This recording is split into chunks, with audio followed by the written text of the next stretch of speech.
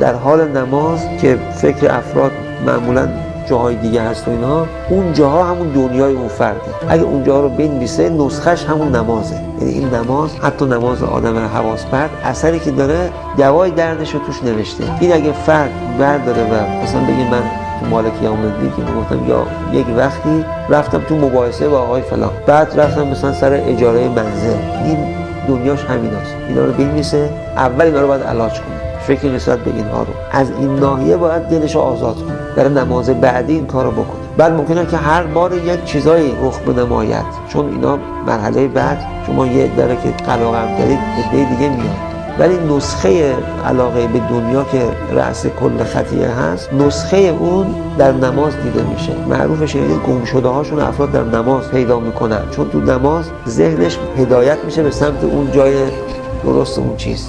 خود نماز، خود این ماهیت، این اذکار در غیر نماز 2 برابر همین هم گفته میشه آثار داره، ولی این اثر این ماهیت مخترعه رو نداره. این ماهیت مخترعه رو نداره.